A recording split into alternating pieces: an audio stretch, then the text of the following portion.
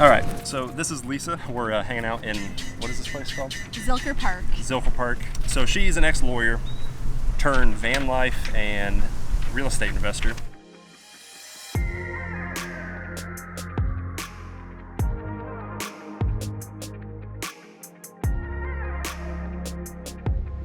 Today we're going to be talking about remote work, how to get into this lifestyle of not having a 9-to-5, and how to transition your content, because you have an Instagram of 50K subs right now that you're looking to get into YouTube. Yes. So we're going to be talking about how to monetize content and stuff like that. Okay, so you said you got started doing this because of your mom. Yeah. So I was a lawyer, and I think a lot of people like me who were just good at school just kind of kept going, It was like, that's what you do. You just... Is that how you became an action person? You just, from school, you just kept going and going and going? Yeah, I mean, well, I wanted to do acting, and so obviously everyone was like, that's the most, irresponsible thing you could ever do, and so don't follow that dream. And now you do Instagram. And now I do I know, and now I'm like wanting to do YouTube and stuff. Yeah, so I did psychology in undergrad, and then it was like you just get more schooling, and I just... When did you graduate? 2008? Yeah. From college? Yeah. Okay, that's when I graduated high school. Really? Yeah. Oh, wow. Oh, I'm so much older than you. So your mom passed away when? Yeah, she passed away 5 years ago. Okay, and that was the spur to get out a lawyer? Yeah. Okay. Well, why? What happened? I think, you get this job and you get this life and you kind of just see the world in this little box, and you have all these problems that you just kind of focus in on. And so this opened you up? Yeah, you think everything's so important, but when she died, and then I kind of like, everything just fell apart because I was like, none of this matters. Yeah. And, So you just lost all passion for it. I can relate. That's kind of what happened. That's what... Wait for it. Yeah, that's kind of what happened to me when I was in manufacturing. I spent 12 years from 15 to 27, really loving what I was doing in the beginning because I was learning a lot. I think I like the process of learning more than actually getting to the final step. Yeah. So once I had completed everything that I'd learned and kind of maxed out money-wise, I just lost all interest and care for it. So your answer to not caring about lawyer work was buying a van and traveling the world? Yeah, I started doing some design work and then got into tiny homes, and I think there's sort of this freedom that people have in minimalism and tiny homes, but then once I realized that your tiny home could be a van and travel the world. I was looking at tiny homes here. Oh, were you? Yeah. Nice. I thought you weren't a minimalist. I respect minimalism, and I do minimalistic stuff, but I'm very much I just want to make more money so I can buy the stuff I want. Yeah. Totally. I'd rather just make more cash flow and spend it than live a minimalistic life. Definitely. Yeah, so how did you get into how did that go into van life and real estate? Was it two in the same, or did... No, real estate started right when I was still a lawyer. Yeah. Because once I started making money, I was like, what do you do with money? Like, I guess you buy a car, And then I was like, I don't care about cars. Like, what else am I going to do? And I wanted my money to do something for me. I didn't want to just start buying stuff. Did you house hack your first one? Yeah. Okay. So for those... No, the first one was when I flipped. Okay. Then you house hacked. Then I started house hacking. Okay. So for those that don't know, house hacking is where you buy a property, you live in it, and you rent out to roommates. That's what I did for 3 years, and something I recommend to anybody, especially younger people. If you're watching this and you're under 20 years old, the first thing you do is get your credit score up and then get a loan to buy a property and get roommates. Yeah, house hacking I did it before I even knew the term. I just learned the term like a few months ago. Okay, so you were doing it, you didn't know. There's a thing that I study in psychology. There's people that are action people, and then there's people that are more methodical and thinking. I'm definitely on the thinking side, and I just transitioned to action. She's all action, which makes sense being a lawyer. I could use more thinking. Yeah, so that's one of your downsides. We'll talk about how to do that more in a little bit. So your whole goal was being a minimalist, and then that reduced your monthly expenses so that you could travel, and then your real estate was paying for that. Yeah, exactly. I had the house. Were you bare bones, kind of break even, struggling when you first got in the van and started traveling, or did you already have pretty good profit and cash flow? Definitely not. Kind of in the middle, I would say, for sure. But I hadn't paid rent or mortgage for years because I'd been house hacking the whole time, and I had just been hustling. Yeah, once you don't pay rent, you never want to pay rent again. It's like I've moved here on downtown and my rent's $1,500 a month, and it's a nice place and it's a nice location. I just hate paying rent. There's no point in it. I know. If you can get a loan and you can buy a property and house hack, do it. You said that one of your biggest things for your audience is that they always hit you up on how to work remote, how to make money. Yeah. What's your answer to that? Well, I mean, it's super interesting in these times, right? Because we're at the end of quarantine. Now we're allowed to be out and about, and so many more people are working remotely. But I think people see that as the roadblock. But there's so many remote jobs out there. I mean, we know there's just, you have editors all around the world, you know? There's so many opportunities, and I think that people are just afraid to leave that comfort zone because it is a world of unknown. I would agree with that. Honestly, I could have moved out of my hometown 2 or 3 years ago. It was a comfort thing for me. I've noticed that with this new company I'm working with, when I explain to people what it is and how amazing it is and the products that they sell, they're like all in, and then they stop. And they're like, wait, I need to research more. I just explained everything to you. Why do you need to research more? It's definitely a comfort thing. People don't like going out of their niche and what they're already doing because it's the unknown. People are afraid of that. Yeah, definitely. But I mean, if you what do you tell to people like that? I think that there's a coin between, it's two sides of a coin. Do you want freedom or do you want comfort? So would you say that your pain, your loss of ambition was that like destroyed the barrier of comfort? Were you a comfort person? Did you stay in lawyer because it was something you knew? Yeah. And you were just like, screw it, I'm done, and like that wall just dropped and you went? I think so, yeah, because that veil of comfort, and then because you think that you're doing something with your life, you think that you have control over your life, but then when you realize that you don't, it's very uncomfortable. I like to say I live in controlled chaos. For me, quitting my career 12 years, one, I wanted more out of my life. I felt like I could do more. And two, I was just in a lot of pain. I was very uncomfortable being in a structured day-to-day routine thing. I have to do more creative, more out there stuff. Yeah, same. Was pain the catalyst to kickstart you into just doing it? Yeah, and it's interesting. I actually see that with a lot of van lifers. A lot of people that I've met on the road, they've lost a parent, they've gone through some sort of trauma.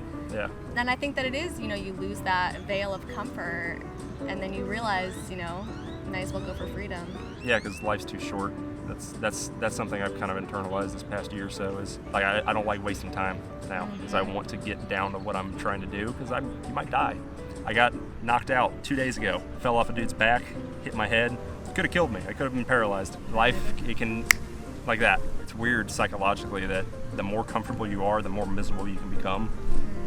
You can still find misery in chaos, but I would rather take chaos and adventure over security and depression. Yeah, totally. Yeah, well, there's that quote, we suffer more in imagination than in reality. I've never heard that, but that's a good one. Seneca. Yeah. Really? Yeah. I love Greek philosophy and history.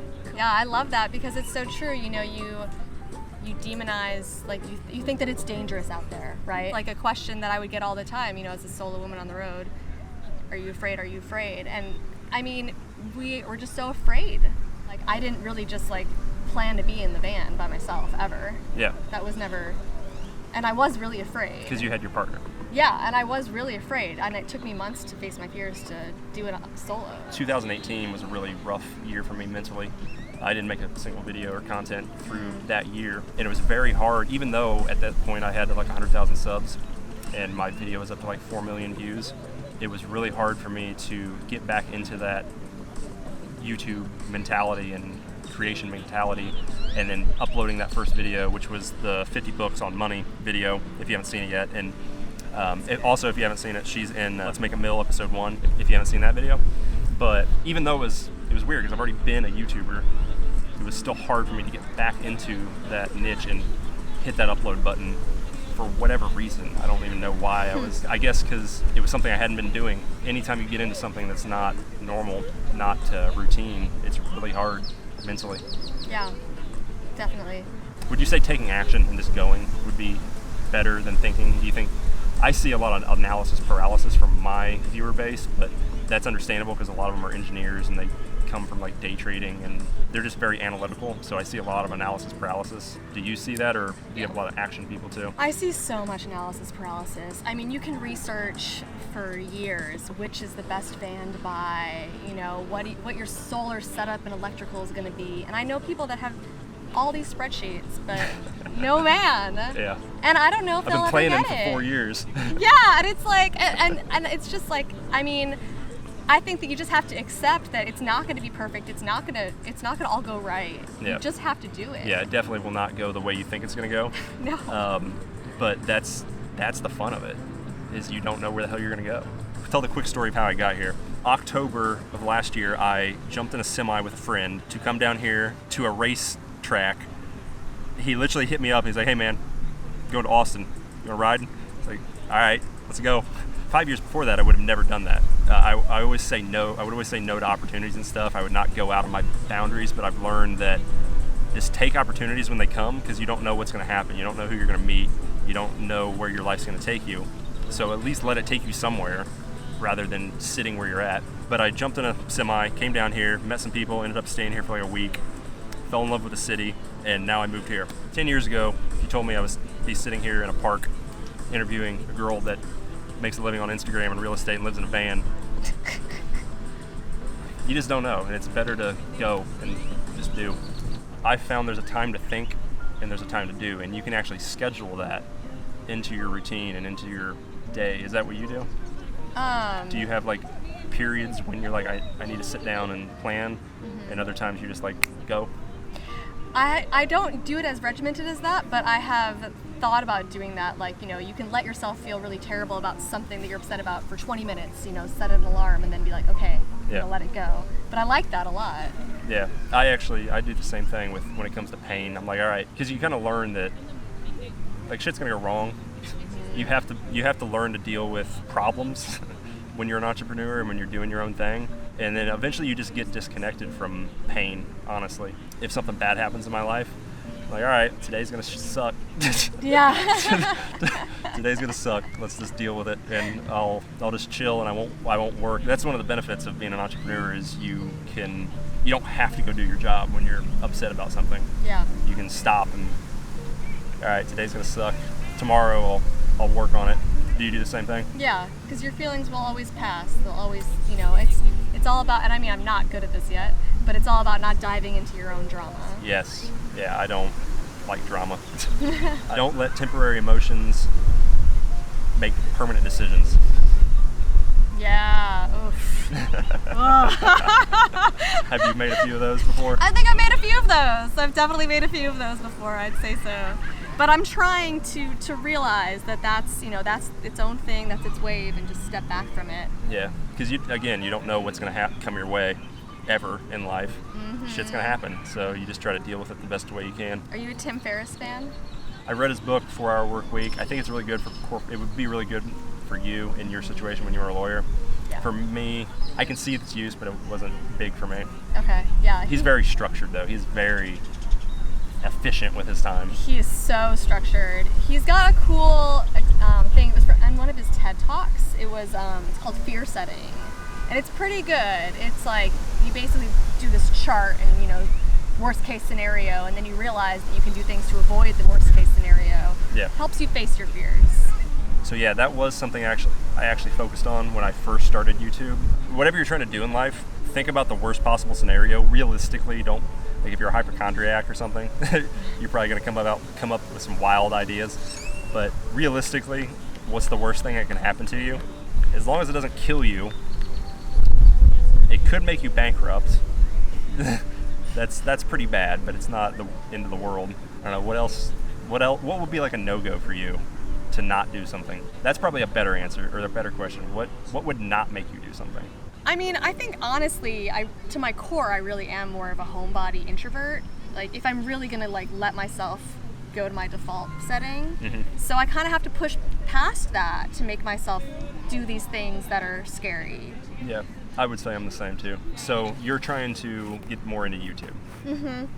Yeah. YouTube can be pretty intimidating. It's hard to put a camera in front of your face and start talking about stuff, especially when it gets into intimate stuff or personal stuff. You originally started doing that for Instagram, did you have doubts and stuff when you started doing it, or were you just in a total action phase, go, go, go? I had a lot of doubts before knowing what to share and how to share it. Because I shared about a breakup, and I shared really raw, and then I shared about my mom's death. I mean, I just went like, here it is, you know? Did that turn out well for you? It was a beautiful thing, because I just got so many messages from people sharing about their experiences, you know, because these are human experiences. Yeah, everybody goes through the same thing. There's another quote, I just heard it yesterday or the day before. I can't remember, but it's something along the lines of every person goes through the same things, and if you put yours out there in the world and help them, not only will it better you, it'll better the rest of the world.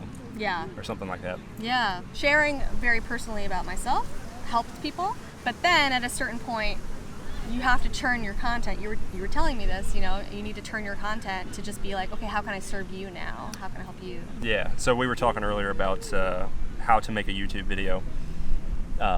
So the first 5 seconds is the most important. You have to hook somebody into whatever you're talking about, but the entire theme of the video needs to be, how can you help the person that's watching? A lot of people make the mistake of turning on a camera and they make it all about them. They make it very egocentric, even narcissistic sometimes, where they're like, look at me, look how awesome my life is, look at all these amazing things. The majority of people have normal lives and they're pretty boring. My life isn't nearly as interesting as you might think it is. A lot of times it's me sitting at a computer just working nonstop. That's the biggest mistake you can make when it comes to content creation, because you have to realize that the people that are watching you, they have a problem that you're hopefully trying to fix. So when you can fix people's problems, now you said you got a really good engagement with you being real. Yeah. The reason that would happen is because those people have the same problem, or they've gone through it, so they can relate. If you were to like map out your first, from the start of your Instagram to now, was the 20-30% the first part mostly raw, uncut life stuff? Yeah. What it transitioned to? What was like the midpoint, and what's now? So it was raw life stuff, some educational, informative things, and some funny stories about life on the road. And then as I started getting kind of burnt out with this full stop travel, I think I kind of stopped sharing those experiences, because everyone idealizes the van so much that I felt a little afraid to start sharing that, okay, this isn't the end all be all. Yeah. Like, this isn't the answer to all your problems. Yeah. It's a whole nother video. I'm going lots of different avenues here. Do you still make raw content now, or is it mostly van life and more for your audience? I think I've held back a little bit. I'm trying to do more value, so I just did like a core values worksheet, and I'm trying to help people be more productive. So you're wanting people to focus on their goals, and that's something that I've been doing as well with my team that I'm training. I find that if you were to build like a hierarchy of the top end goal being getting what you want done in life, it starts with values. Like, I value discipline, or I value adventure, I value security or safety. Some people are like that. The second level would be principles. So you build principles off values. So for me, I have a principle of always trying to take opportunities when they come. And I'm careful with the time that I put into the opportunity, but I'll listen to anybody for 2 minutes and see what they're talking about, because I know that there might be somebody that comes along and it turns into an opportunity where I'm sitting in Austin. I found an entirely new place to live because a friend hit me up and said, hey, you want to jump in a semi? So it goes principles, values. Then I would say goals are built off of that. I don't have to explain goals. Then it goes to action. So if you can focus on the underlying stuff, do you have your people like visualize and like really get down into what they want? Like not just like, I want to make $1 million. I'm like, no, what do you want to do with $1 million? Where do you want to live? What do you want to have? Like, how much time do you want to spend with your family? Do you do stuff like that? Yeah, I had sort of like a scratching the surface one a little bit, you know, like find the words that resonate with you and then put them into an action sentence, which I guess is kind of like the principles. Yeah. But I think it could go further. You would probably really like a book, 12 Rules for Life, Jordan Peterson. He's a psychologist in Toronto. He's dedicated his entire life to we have wind and screaming people. He's dedicated his entire life to studying the hierarchies of what makes a person do something. So if you study him, if you like psychology, you would like his content. But he actually has a website. I'll link it in the description. I think it's called the self-authoring program. It's very similar to that. Cool. And what I'm doing with my team is to, really figure out what the hell you want in life. Because I think a lot of people, they have that feeling of wanting to do something. Like they understand that they want freedom, or that what they're doing is not what they should be doing, but it's mostly a feeling for them. They haven't actually articulated it to themselves or thought about it in a methodical way.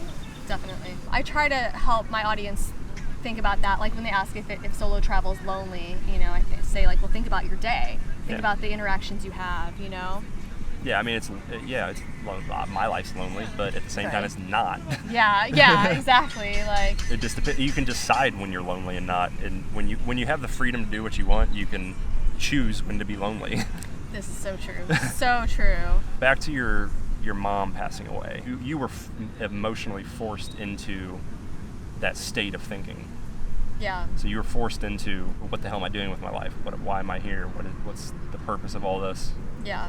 Okay, so the trauma was the catalyst for that, but it doesn't have to be. You don't have to go through something extremely painful, but you can also do it just through like the Jordan Peterson's self-authoring, or dedicating an hour a day to sitting down and really thinking about what you want.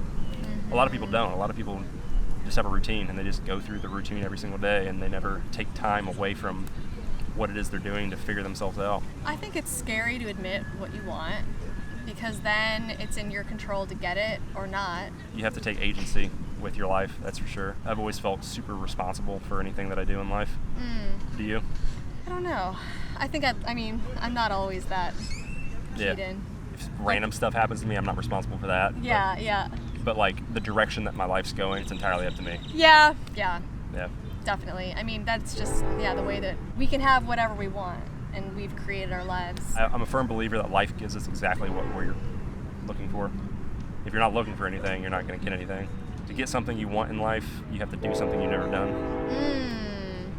Yeah, that's a good one. I like that one too. We got all sorts of quotes. All right, so we got to wrap this video up. My battery's about to die.